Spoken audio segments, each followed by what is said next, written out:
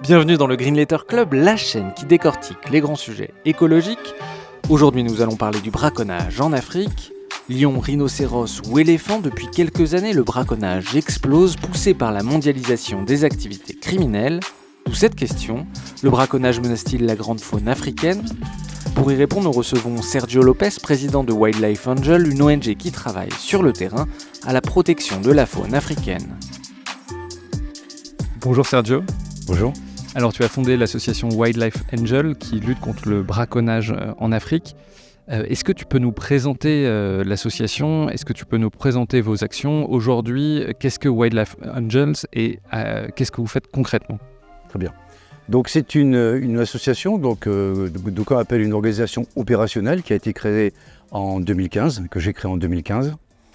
Tout simplement, sa mission est la protection de la faune sauvage africaine en grand danger d'extinction.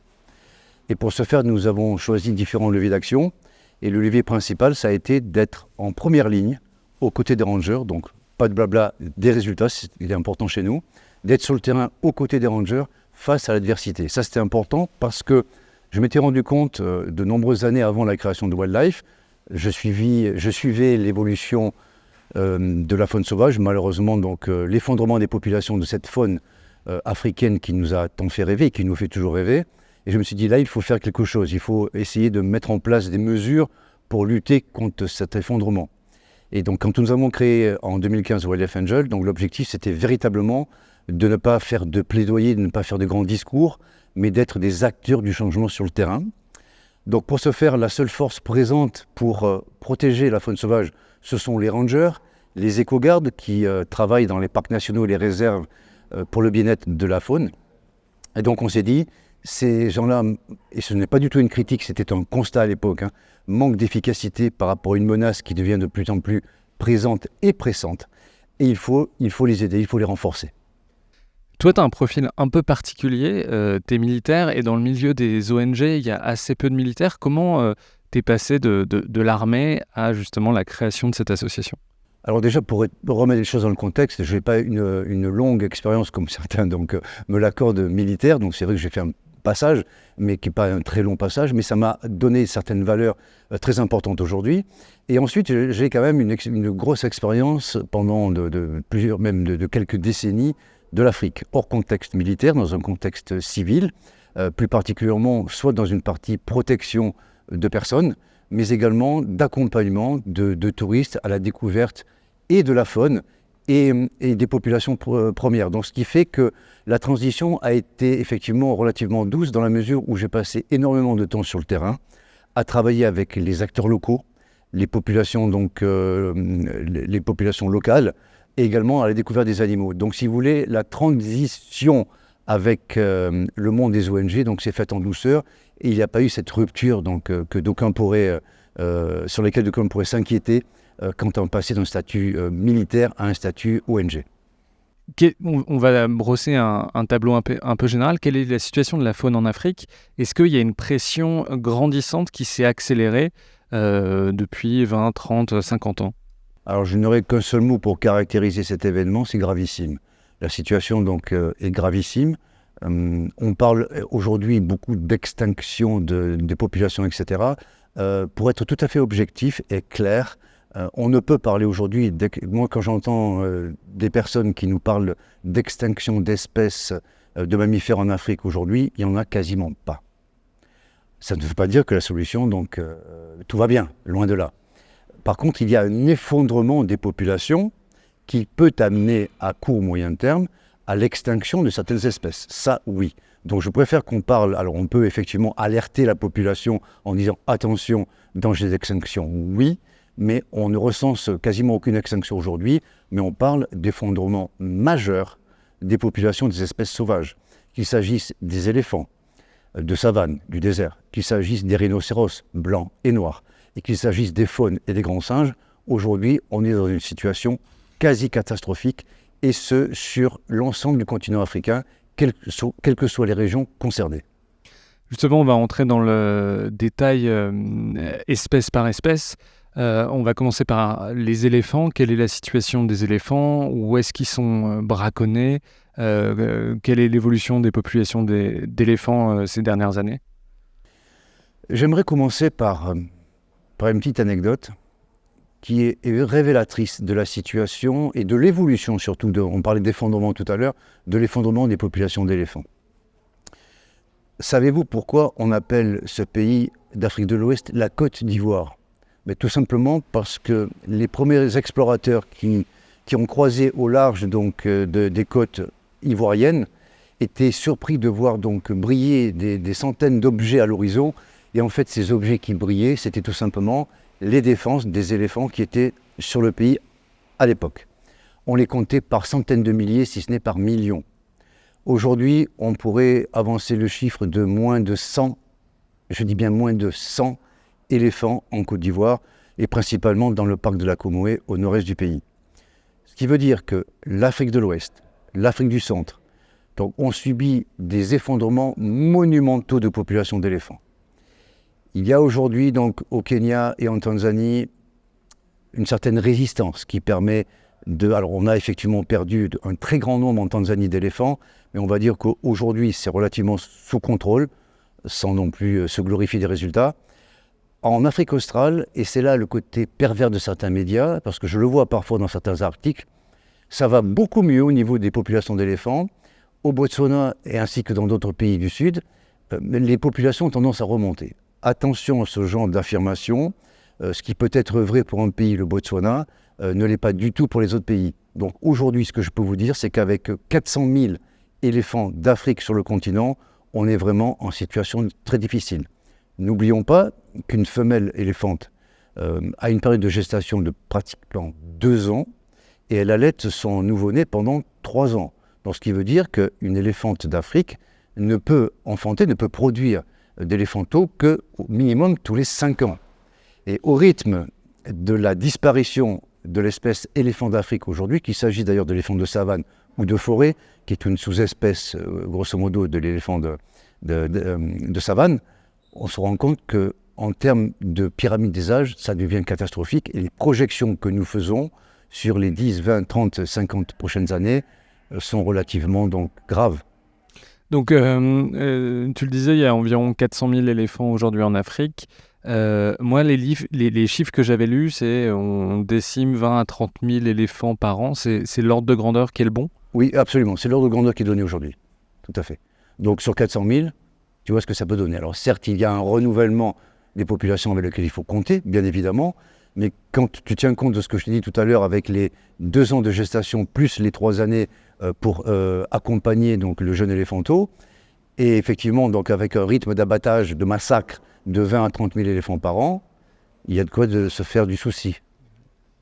Pourquoi on tue les éléphants aujourd'hui? C'est encore pour leur ivoire? Alors, principalement, effectivement, c'est pour l'ivoire, principalement. Après, il y a un autre type d'abattage qui existe, qu'on appelle le braconnage de représailles, mais celui-là, il est infime, et on en parle parce que souvent, dans les reportages télévisés, on met le focus là-dessus. Ça ne concerne que peut-être 5% des populations. Mais braconnage de représailles, c'est quoi? Braconnage de représailles, c'est tout simplement, on va prendre 2 exemples concrets. On a un Peul, donc en Afrique de l'Ouest, qui a un troupeau d'une quinzaine de chèvres. Il passe près d'un parc national. Il y a des lions à proximité. Les lions donc voient des chèvres ou voire des vaches. Donc, a priori, ce n'est pas un gibier très dangereux pour eux. Donc, ils vont attaquer le troupeau. Et bien évidemment, donc, le berger, perdant régulièrement donc, son cheptel, à un moment donné, donc, va mettre en place des actions de représailles contre les lions. On a la même chose ailleurs, avec les chimpanzés, avec les éléphants également, donc, qui viennent piller des greniers à mille. Et à un moment donné, les agriculteurs donc, en ont marre. Ils vont piéger, ils vont abattre l'éléphant par représailles. Mais ça, c'est beaucoup décrié aujourd'hui donc dans les médias, on en parle beaucoup parce qu'il y a plein d'histoires à raconter, mais c'est 5% des prélèvements. Aujourd'hui, l'éléphant est braconné pour l'ivoire. Et où est-ce qu'elle va, l'ivoire? C'est quoi les marchés, les débouchés? Oui, l'ivoire donc, part sur des marchés du Moyen-Orient et ensuite c'est dispatché. Alors ça reste une partie au Moyen-Orient et c'est dispatché également dans le sud-est asiatique. Si on continue, on reviendra sur le profil des braconniers tout à l'heure. Les rhinocéros, quelle est la situation des rhinocéros? C'est des populations qui sont très faibles, qui sont vulnérables? Alors, si on reprend les statistiques données par l'UICN, l'Union internationale de conservation de la nature, donc on segmente bien les populations en Afrique tout du moins, entre l'éléphant, le rhinocéros blanc et le rhinocéros noir. Le rhinocéros noir, donc celui-ci, est en danger critique d'extinction, alors que le rhinocéros blanc, on va dire, donc, est plutôt catégorisé vulnérable. Ça veut dire que l'un, effectivement, donc, est au bord de l'extinction, on parle du noir, l'autre, le blanc, il est un petit peu moins. Alors on verra après pourquoi le blanc, statistiquement, l'est un petit peu moins. En termes de projection sur l'avenir, on se fait effectivement beaucoup de soucis sur le rhinocéros noir, parce que là encore, effondrement des populations, on se rend compte que ça va de mal en pis, qu'on a du mal à le protéger, que les parcs nationaux ou les réserves privées qui possèdent ces rhinocéros-là en perdent régulièrement. Alors, on va dire une action commune aux deux, qu'il soit noir ou qu'il soit blanc. Ce qui est intéressant au niveau du marché du crime par rapport au rhinocéros, c'est sa corne. Donc, je rappelle, contrairement aux défenses d'éléphants qui sont en ivoire, la corne est un ensemble de kératine qui ressemblerait à un amalgame d'ongles et de cheveux chez nous. Et effectivement, donc ces cornes de rhinocéros sont très prisées. Pour une raison un petit peu historique, ça avait soi-disant des vertus médicinales dans les pays comme la Chine ou le Vietnam. Aujourd'hui, on se rend compte que ça devient de plus en plus un symbole extérieur de richesse et quelque chose que l'on aime à partager avec des amis chez les nouveaux riches du continent asiatique. Donc, si tu voulais, la médecine a laissé place un petit peu à de nouveaux modes de consommation. Toujours est-il qu'il y a une appétence énorme dans ces marchés-là pour la corne de rhinocéros, ce qui explique largement l'abattage de ces espèces. Ce qui explique aussi l'abattage de ces espèces, des rhinocéros, c'est le prix justement de la corne. Elle est extrêmement chère. À combien ça se monnaie une corne de rhinocéros aujourd'hui ? Absolument, et ça c'est un élément essentiel dans le dispositif de résistance qu'on met en place. Une corne de rhinocéros sur le marché final se négocie autour de 60 000 $ US le kilo. Ce qui fait qu'aujourd'hui vous avez, avec un rhinocéros non pas extraordinaire mais normalement constitué, qui a donc deux cornes sur la face, une grande et une petite, on est en moyenne à peu près autour de 3 et 4 kilos, donc ce qui veut dire pour un rhinocéros normal, on a l'équivalent de 250 000 $ sur le museau, donc ce qui explique effectivement, encore une fois, la volonté des organisations du crime pour abattre ces rhinocéros. Justement, c'est des filières qui sont artisanales, c'est des filières qui sont très bien structurées, qui vont chercher les cornes de rhinocéros. On est sur de l'organisation criminelle, des mafias. Qui va chercher, braconner ces rhinocéros ? D'accord. Alors effectivement, moi le terme de braconnage, j'ai tendance à l'éviter, hormis pour les cas que j'évoquais tout à l'heure, pour du représailles ou tout simplement pour d'autres actions. Là, nous parlons avec des éléphants, avec l'ivoire des éléphants. Les cornes de rhinocéros, et on verra plus tard les os de félins, là on parle véritablement de criminalité.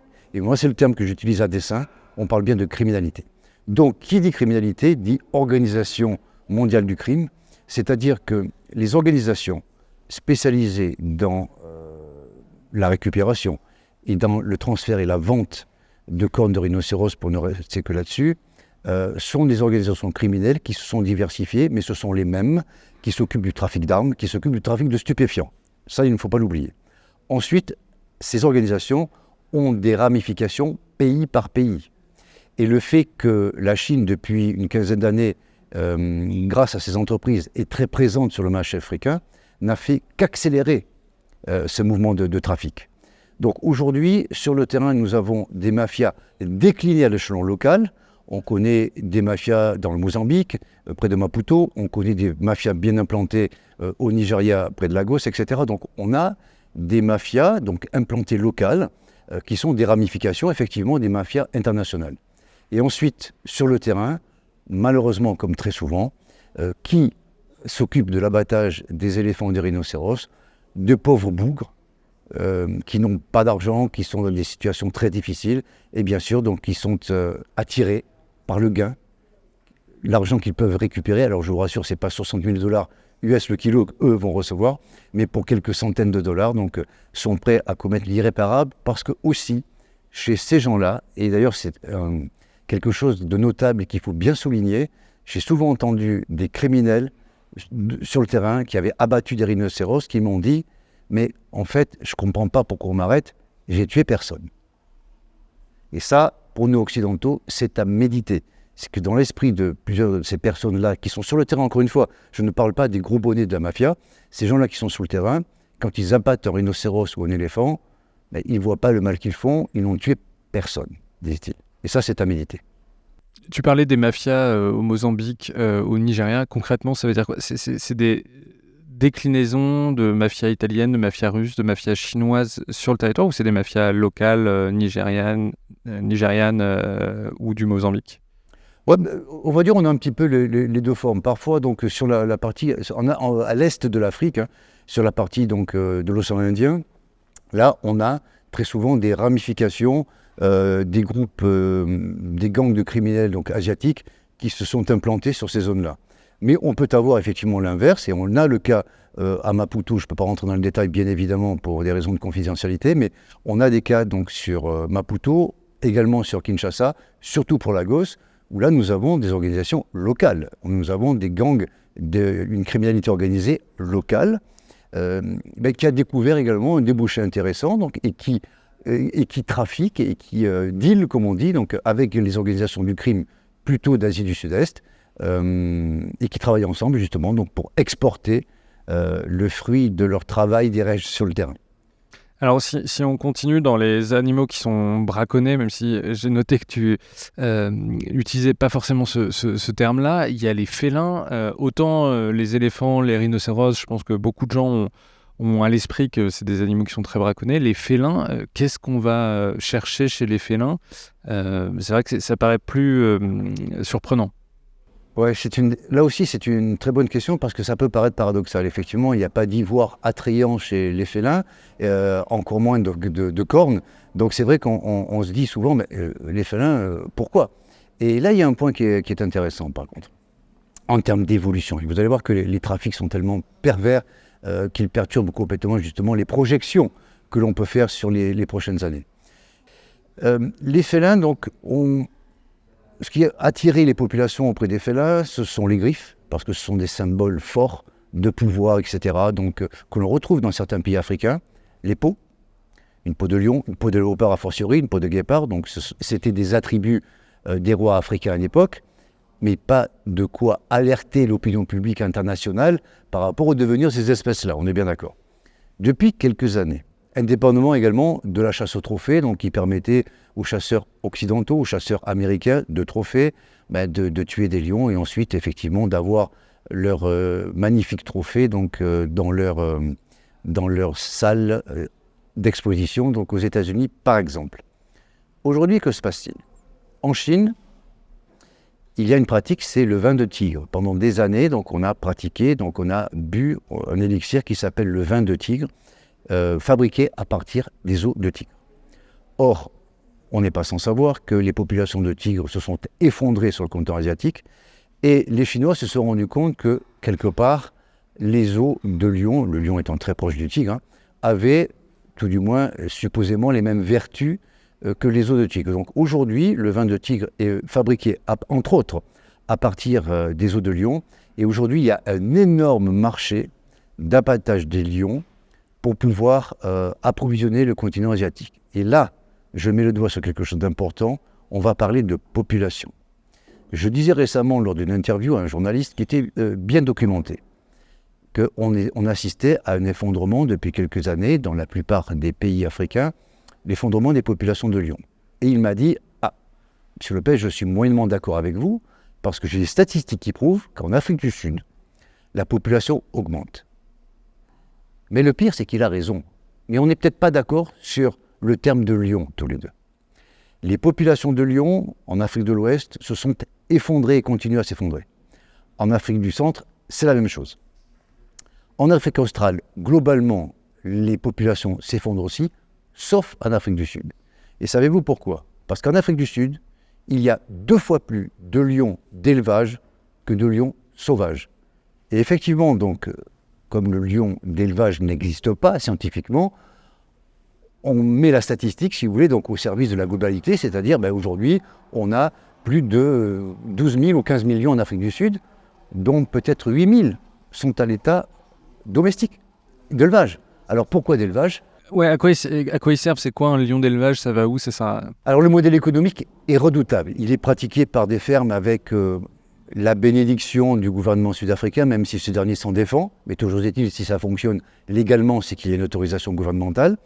Une ferme d'élevage de lions, donc élève des lions, d'accord, produit des lions donc pour l'élevage. Le modèle économique est redoutable parce que ces lions donc, sont offerts aux touristes, c'est-à-dire qu'on a la possibilité, lorsqu'ils sont tout petits, de leur donner le biberon, de les nourrir. À un certain âge, on peut faire ce qu'on appelle de lion walk, c'est-à-dire aller se balader, se promener avec des petits juvéniles.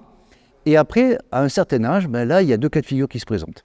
Soit vous êtes confronté à un beau mâle avec une belle crinière qui est fantastique, et ce mâle-là, on va l'offrir aux chasseurs de trophées, qui pourront facilement abattre ce lion dans un petit enclos. C'est ce qu'on appelle le Canad Lion Hunting, c'est-à-dire la chasse du lion dans un enclos, avec le trophée, etc. Et tous les autres, tous les adultes que l'on ne peut remettre à l'état sauvage, toutes les organisations qui clament aujourd'hui leur capacité à remettre ces animaux nés en captivité à l'état sauvage sont des menteurs, des affabulateurs. Une lionne qui a été élevée en captivité dans ce genre de ferme, à 2 ou 3 ans, on ne peut le relâcher dans la nature. Sa durée de vie est très très limitée, ce n'est pas possible. Donc qu'en fait-on? On les abat et les ossements sont envoyés donc, sur le marché du sud-est asiatique. Ce qui fait qu'aujourd'hui, vous avez un très grand nombre de lions, certes en Afrique du Sud, mais de lions d'élevage, ce qui fausse complètement la statistique. Et qu'est-ce que ça représente aujourd'hui, les populations sauvages de lions? Du coup, tu disais qu'elles étaient en effondrement. Est-ce qu'on a une idée, un ordre de grandeur du nombre de lions sauvages en Afrique? Aujourd'hui, on attend, là, je ne vais pas trop m'exprimer sur le nombre, hormis effectivement la situation sud-africaine, celle-là que l'on connaît bien, tout simplement parce qu'il y a des comptages qui sont en cours, et j'attends un petit peu d'avoir les derniers résultats plutôt que de raconter n'importe quoi, parce que malheureusement, avec la Covid, qui a sévi dans le monde entier, donc effectivement en Afrique également. De nombreux comptages ont été arrêtés. Souvent, donc, dans les parcs nationaux où il y a du tourisme, les rangers ne servent pas qu'à protéger les animaux. Ils s'occupent également du suivi écologique, donc ils font des remontées terrain.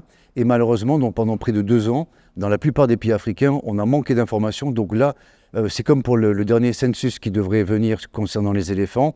On attend les toutes dernières statistiques. Donc pour l'instant, les chiffres sont très mauvais, mais je ne préfère pas m'aventurer à donner des chiffres qui vont nous être apportés sous peu. Mais juste pour avoir et on reviendra d'ailleurs sur le nombre de rhinocéros, parce que c'est important.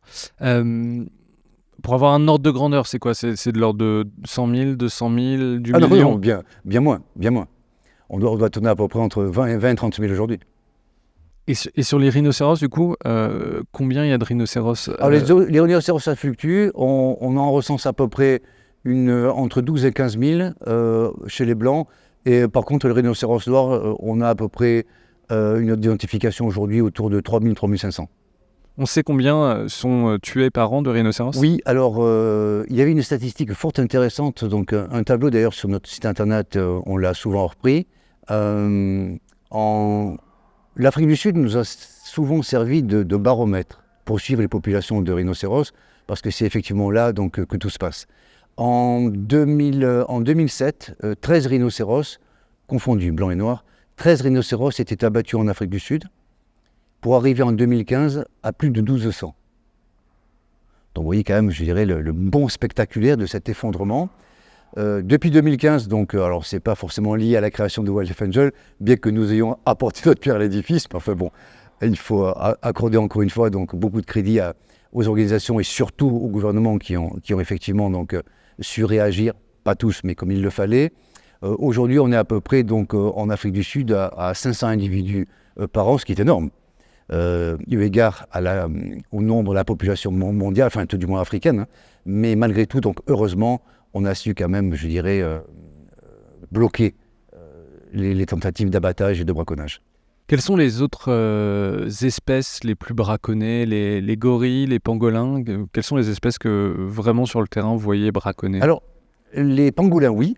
Les pangolins pour l'écaille, d'accord. Alors encore une fois, donc, alors l'écaille a été consommée historiquement. Il ne faut pas non plus tout le temps jeter la pierre aux habitants d'Asie. Les écailles de pangolins ont été également consommées en Afrique.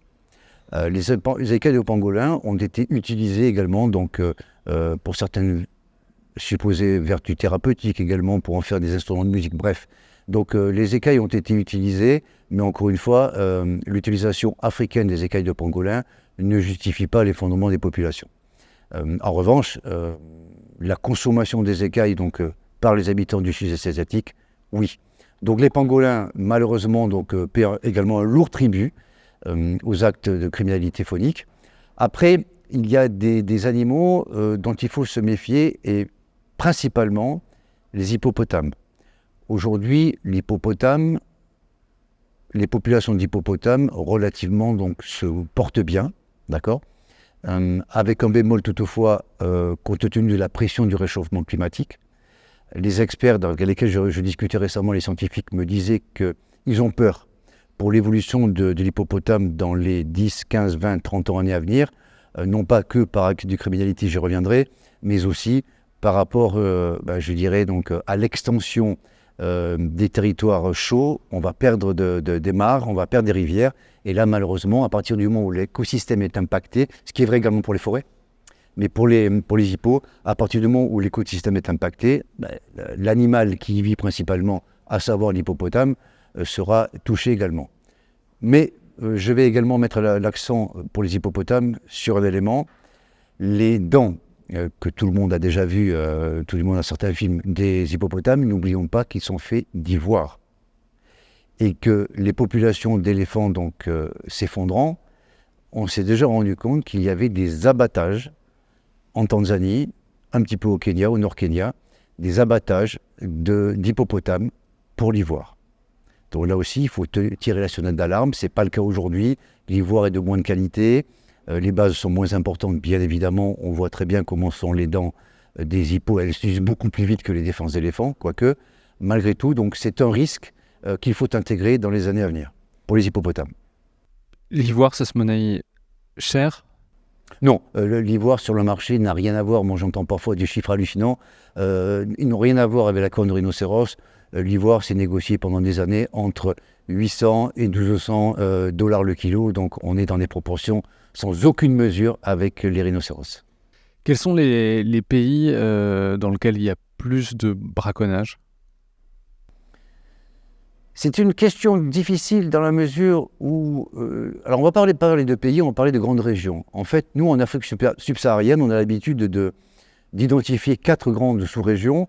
L'Afrique de l'Ouest, qui va du Sénégal quasiment donc, aux frontières du Cameroun, sans l'intégrer.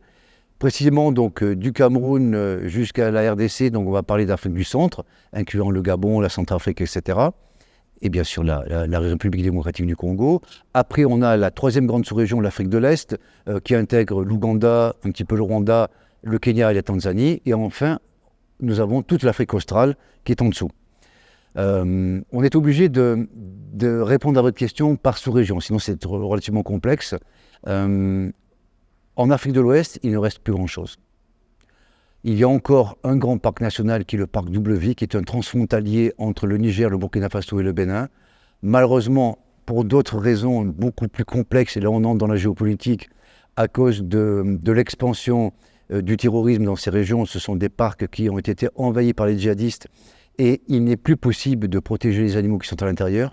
On n'a même plus aucun retour d'informations sur l'évolution des populations. Donc l'Afrique de l'Ouest, en ce moment, donc, on vit des situations gravissimes sur les populations animales. En Afrique du Centre, c'est un petit peu la même chose. Donc, à cause de ces guerres, à cause des opérations donc, de terrorisme qui ont frappé durement le Tchad, le Nord Cameroun et la Centrafrique, là encore, on manque d'informations, on a des effondrements, on a des parcs qui ne sont plus protégés parce que trop dangereux pour les rangers. Les rangers n'ont plus que des criminels en face, ils ont également des terroristes, donc c'est plus la même chose. Juste là-dessus, parce que je lisais des choses sur votre site et je voyais qu'il y avait le financement des mafias, des organisations criminelles par l'ivoire, les cornes de rhinocéros, les os de lion, mais ça sert aussi à financer, enfin certains groupes terroristes se financent par ce biais-là.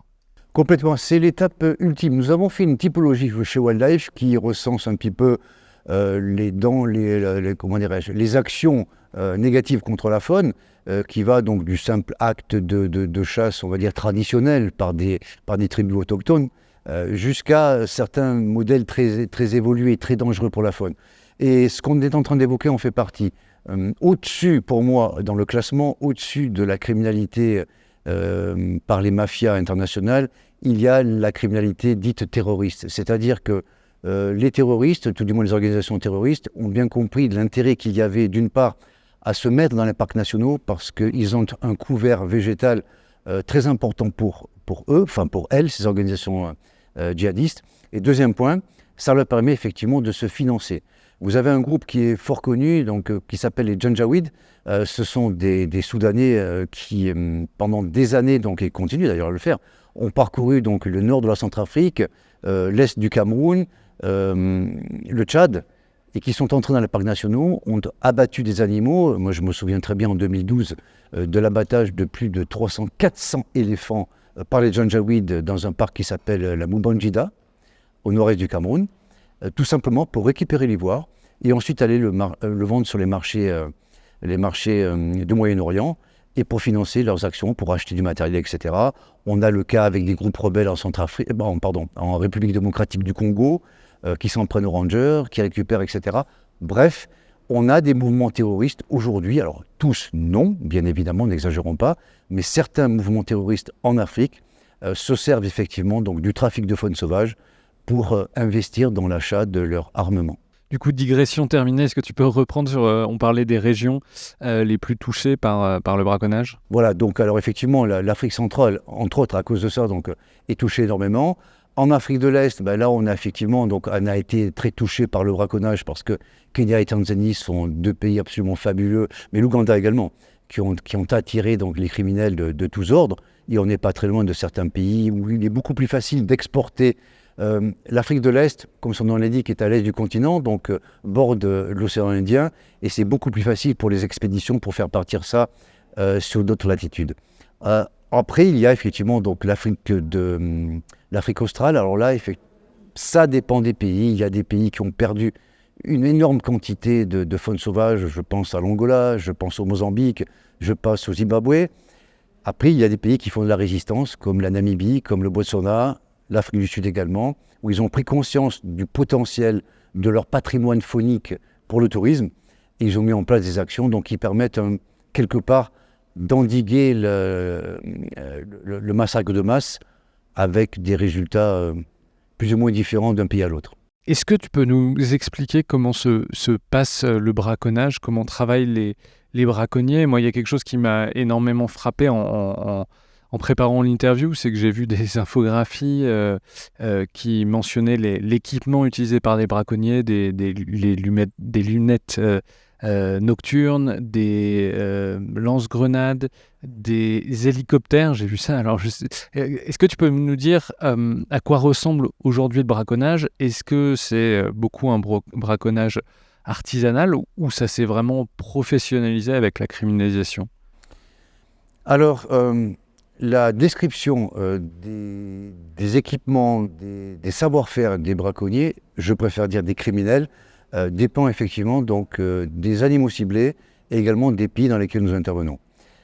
Si on parle encore une fois par exemple de l'Afrique du Centre ou de certains pays d'Afrique de l'Ouest, on a encore un braconnage, et j'utilise le terme à dessein, plutôt artisanal, où on va attaquer donc, quelques animaux essentiellement pour la viande, qu'on va commercialiser sur les marchés. Donc on est dans de la criminalité, mais je dirais plus d'ordre commercial, où on va vendre de la viande de brousse. Et là, très souvent, on peut retrouver des braconniers équipés avec des vieux fusils traditionnels en calibre 12, qui sont aussi dangereux pour le tireur que pour la cible qui est en face. Bref, donc on a encore ces braconnages artisanaux, à base de pièges, à base de collets, à base de pièges plus ou moins sophistiqués. De l'autre côté du spectre, alors on parle de plus en plus d'hélicoptères de combat pour les braconniers, n'exagérons pas, même si on a pu avoir un appui un jour d'hélicoptère, il ne faut pas entrer dans cette problématique qui est fausse. Ce qui ne veut pas dire que les braconniers, les criminels, ne sont pas bien équipés en fonction de ce qu'ils ciblent. on s'est rendu compte qu'il y a des organisations très bien préparées, avec des intervenants qui sont souvent, encore une fois, je parlais de pauvres boucs tout à l'heure, tous ne le sont pas. Nous avons par exemple en RDC, nous avons également donc au Zimbabwe, je pense ces deux pays-là, donc à dessein, des anciens rebelles, des anciens militaires qui se sont reconvertis dans la criminalité. Ce qui veut dire que ces gens-là savent utiliser des armes, savent faire la différence au niveau de l'armement et sont des pisteurs redoutables. Ce qui veut dire que si en plus, et ce qui est le cas, ils sont équipés de matériel performant par les organisations criminelles, ça devient très compliqué pour les rangers, aussi bien formés, aussi bien équipés soient-ils, de les intercepter. C'est vrai qu'aujourd'hui, certains utilisent des lunettes à vision nocturne, peu de vision thermique, mais c'est déjà arrivé. Ça communique par des radios cryptées. Le GPS n'a plus aucun souci pour eux. Il y a même, donc on a eu le cas en Namibie une fois, donc dans un territoire sur lequel nous travaillons une fois cette année. On en a recensé 2 cas également en Afrique du Sud, des drones qui survolent les zones. Donc on sait très bien que ces drones-là sont des drones dignes de reconnaissance qui permettent de repérer les animaux, d'informer en temps réel les criminels quant à leur déploiement sur le terrain. Donc ce qui veut dire que là, la guerre contre la criminalité change de forme. Comment vous intervenez, vous Est-ce que tu peux nous décrire comment se passe une intervention, comment vous repérez les braconniers, comment vous repérez les bêtes qui sont braconnées? Comment ça se passe une intervention de ranger à l'encontre de braconniers? Alors déjà, soyons clairs, quand on parle d'intervention, nous sommes bien d'accord, ce sont les rangers africains avec lesquels nous travaillons qui interviennent, d'accord.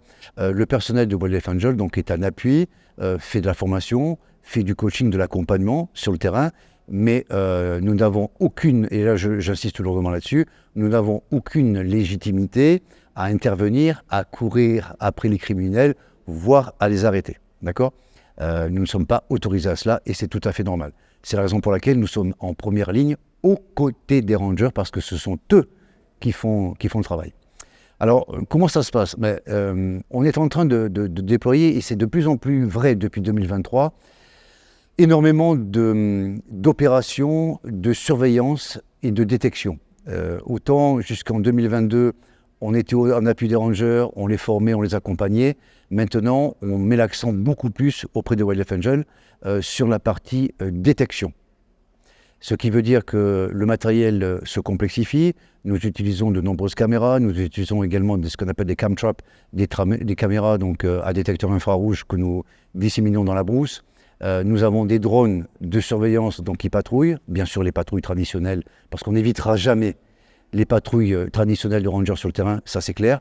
Et on a ce qu'on appelle de plus en plus la mise en place de postes d'observation furtifs que nous changeons donc régulièrement, dans lesquels de nuit, il y a des opérateurs des rangers, mais également des opérateurs de Wildlife Angel qui font de la surveillance active avec très souvent du matériel thermique, de vision thermique, pour détecter des mouvements, des intrusions potentielles, voire des survols de drones de la part des criminels. Donc on a décidé effectivement de mettre vraiment le paquet sur la détection, parce qu'une fois que l'animal est abattu, c'est bien de courir après les criminels, c'est bien de les intercepter, mais l'animal est abattu, il est mort par terre.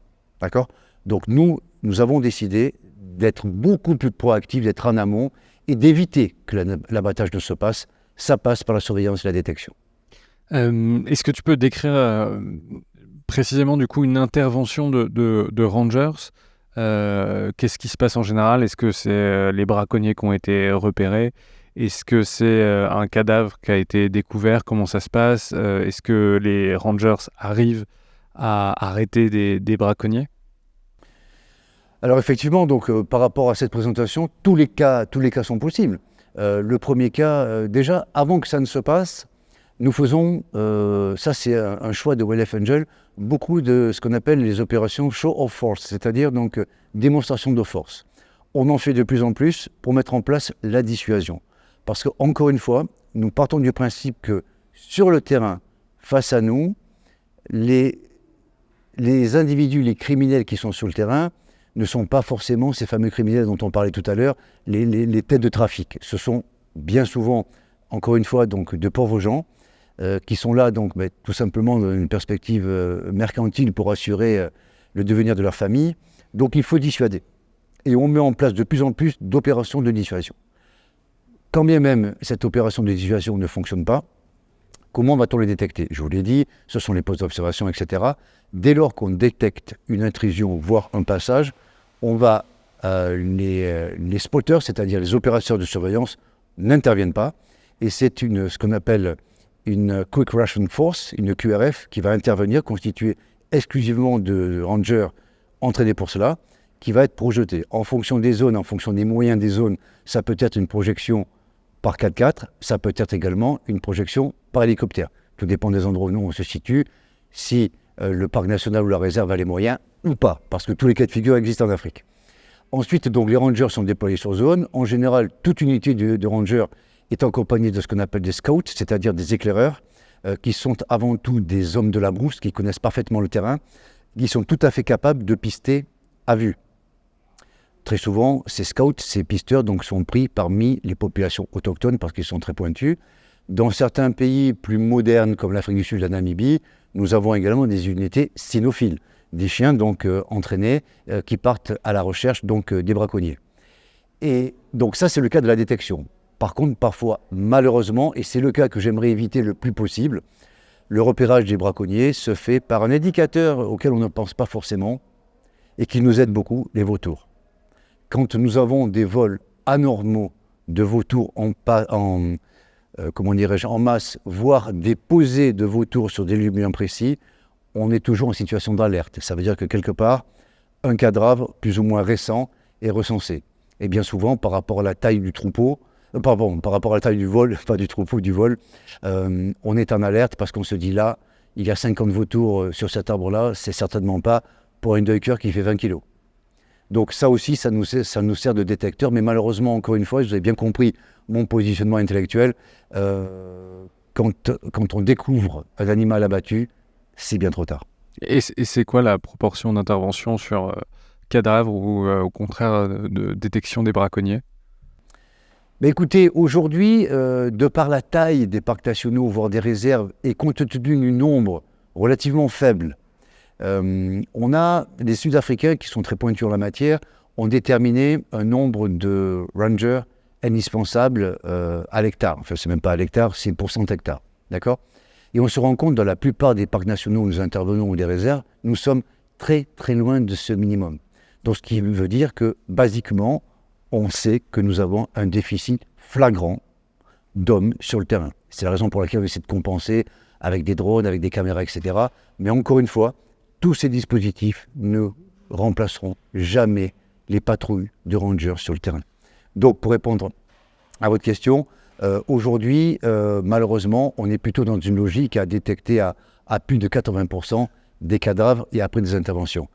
Notre objectif, c'était Wildlife Angel, c'est d'inverser ce rapport. Et grâce à tout ce qu'on met en place, et on aura l'occasion de parler de la Team Spotter après, qui pour nous donc, va être le fer de lance justement dans cette action de déstabilisation des pourcentages, de passer d'un 20-80 à un 80-20, faire en sorte que l'on détecte beaucoup plus en amont que ce que l'on ne fait aujourd'hui. Donc tu disais, on va reprendre, quelle est la proportion de rangers par hectare? Alors, par exemple, je vais vous donner un exemple très concret sur une réserve bien précise qui a été précisément auditée.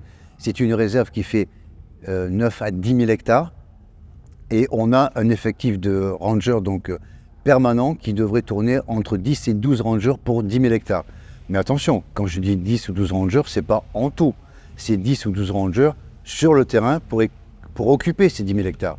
Mais il faut y penser qu'effectivement les rangers ne sont pas taillables et courriables à merci, qui ne peuvent pas bosser 24 heures par jour toute l'année.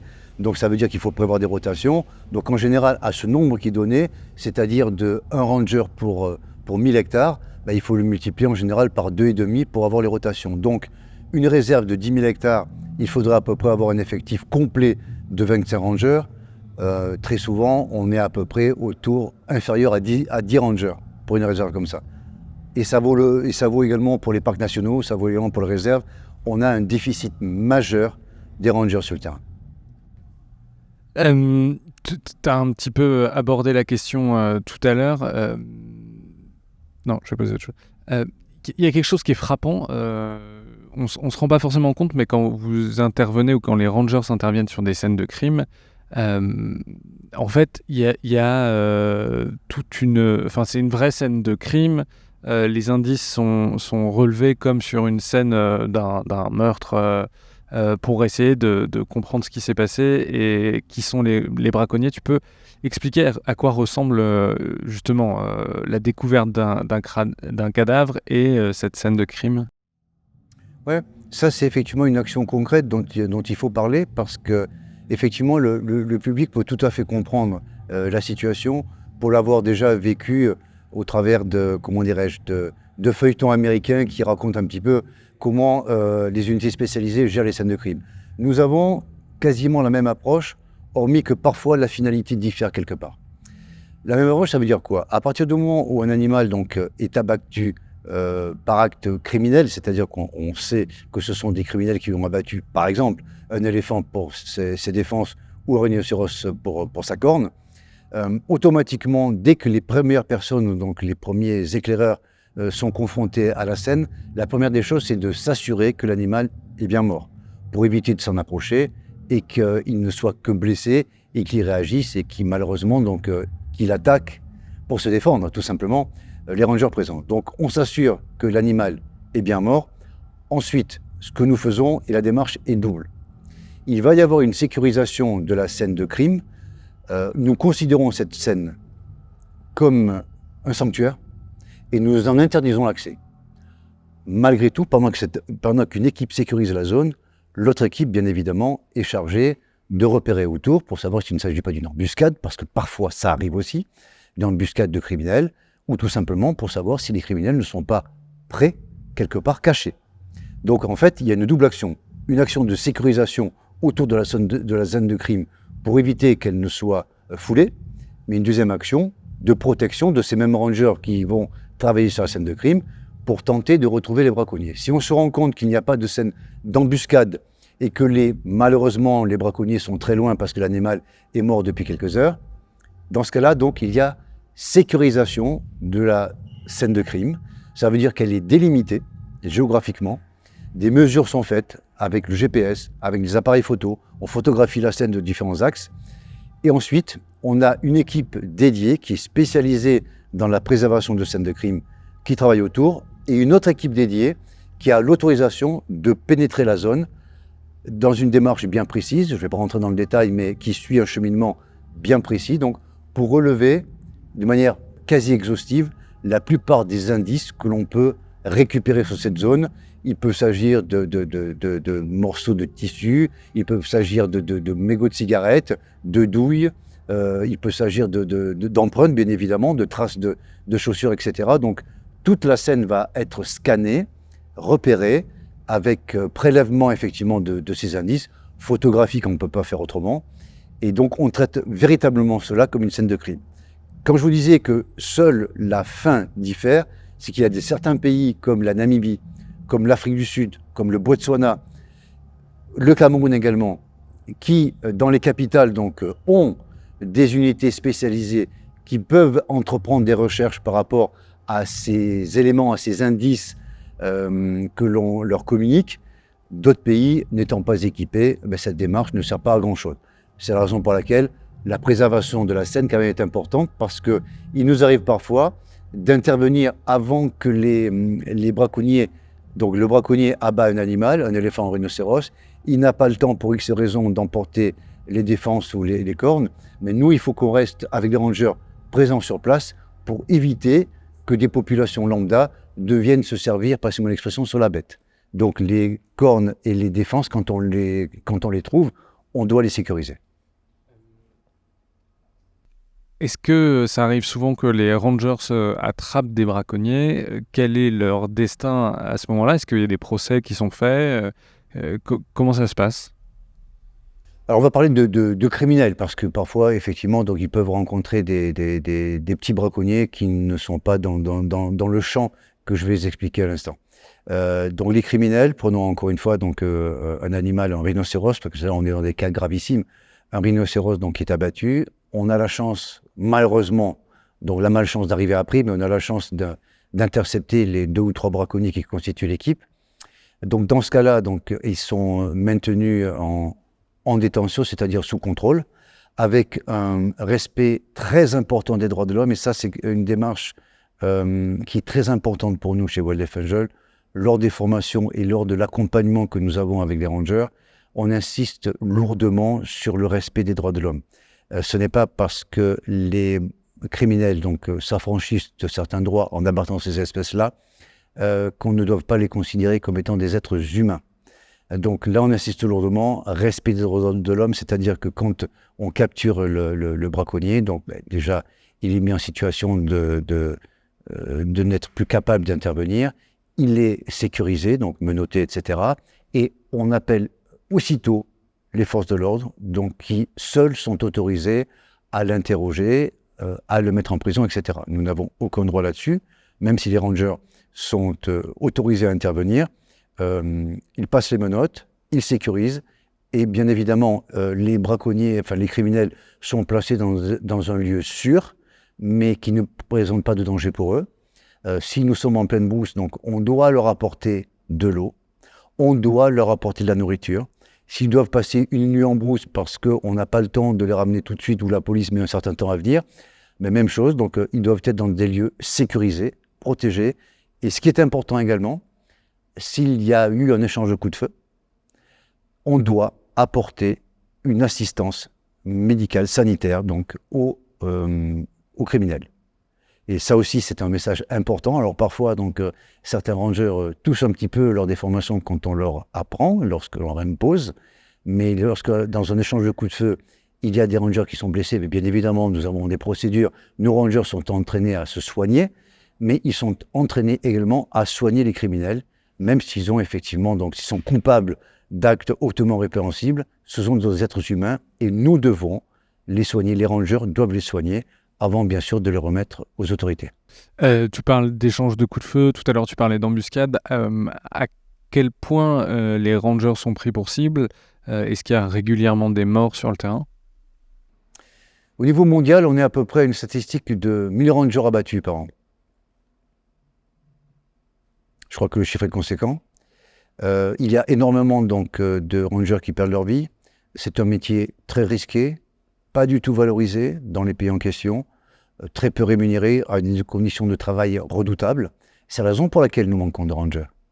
Parce que, mal payés encore une fois, parce qu'ils ne sont pas entraînés comme il se doit, ils ne sont pas équipés comme il se doit, et surtout ils ne sont pas reconnus par les gouvernements respectifs. Et ça, c'est un point d'honneur, donc je reviendrai le cas échéant, que met Wildlife Angel justement à valoriser le métier. C'est un véritable métier de ranger. Mais malheureusement, on en perd souvent. Alors on en perd aussi par manque de formation, parce que je reviens sur justement les premiers secours tactiques. De nombreux rangers ne sont pas équipés de kits de premiers secours, ne sont pas entraînés pour soigner des blessures par balle avec des hémorragies massives. On en a perdu, et on en perd beaucoup de rangers dont les morts auraient été évitables si on avait pratiqué les bons gestes sur le terrain. Bien évidemment, quand parfois on a besoin de 2-3 jours pour transporter un blessé vers un hôpital, on comprend très bien qu'il y a des morts qui ne sont pas malheureusement évitables.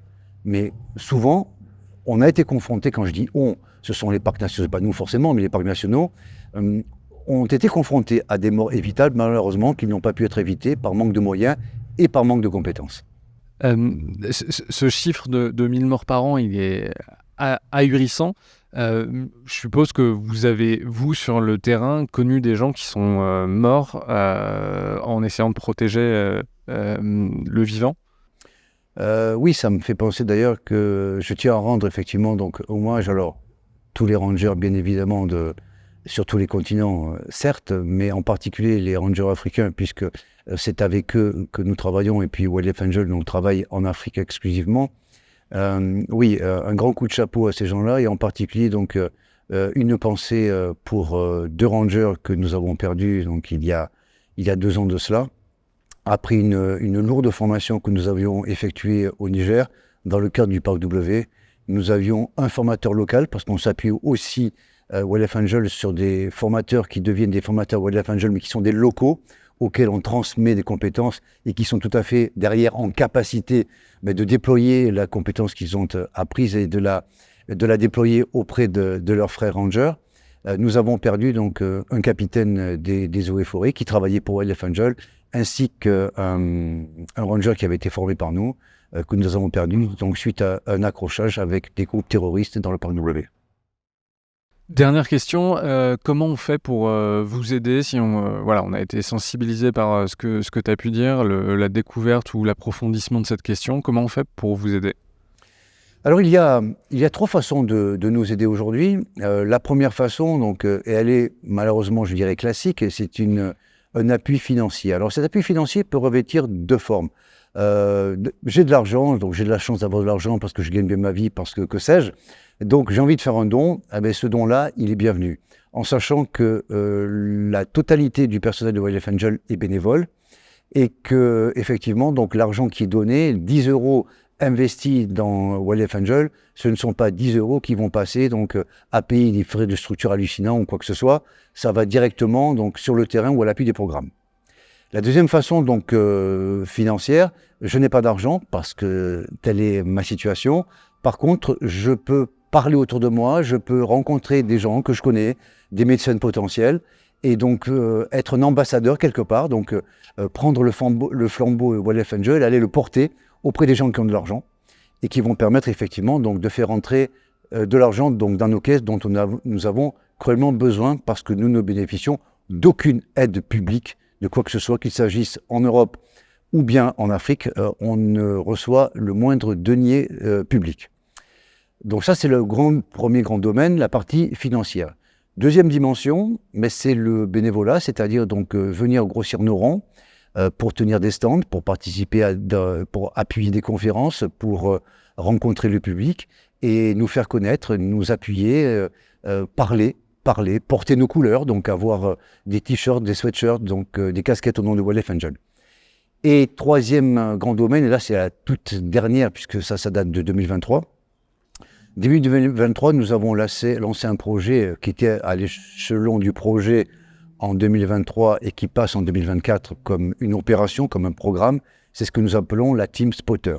La Team Spotter, c'est la possibilité qui est donnée par Wildlife Angel aujourd'hui auprès de tous les majeurs, femmes, hommes, européens ou du monde entier, de venir nous rejoindre sur le terrain et de devenir des spotters. Alors les spotters, quels sont ces gens-là? Quelles sont leurs activités?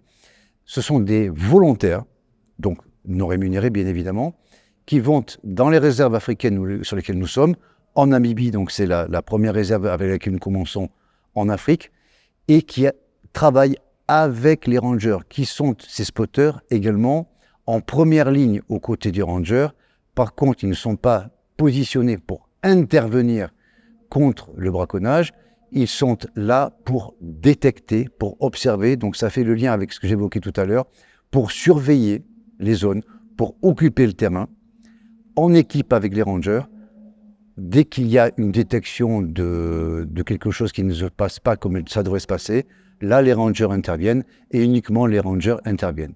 Donc ce programme Spotter, donc, qui était encore une fois un projet en 2023, qui à l'heure actuelle est en train de fonctionner à l'heure où je vous parle, va être déployé à grande échelle à partir de 2024. Donc, comment nous aider? Mais pour celles et ceux qui ont envie d'être des acteurs sur le terrain, ils peuvent devenir, pendant 15 jours, après une formation dispensée en France, ils peuvent devenir des spotters, c'est-à-dire des opérateurs de surveillance qui sont les yeux et les oreilles des rangers dans la brousse.